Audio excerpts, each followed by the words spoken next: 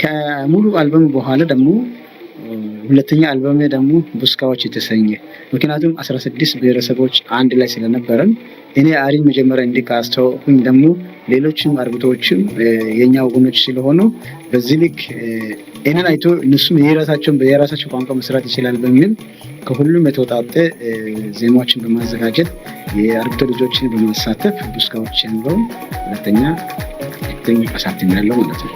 ሙዚቃ ውስጥ ምን አይነት አስተዋጽኦ አለ? ሌሎችንስ እንዴት ተደግፋል? አንተን የሚከተሉት እንደምለው ጥያቄ ሌሎች እኔን ተከትሉ ብዙዎች ወጥተዋል።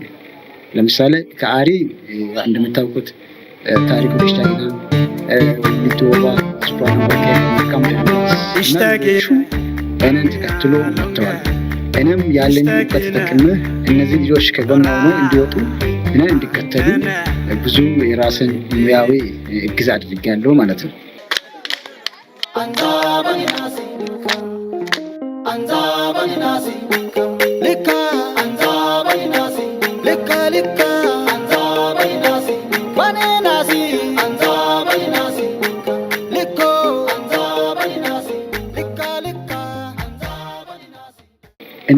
እንደ በአንተ ስራ ምን ያህል ነው አገር ነጠቀምከው?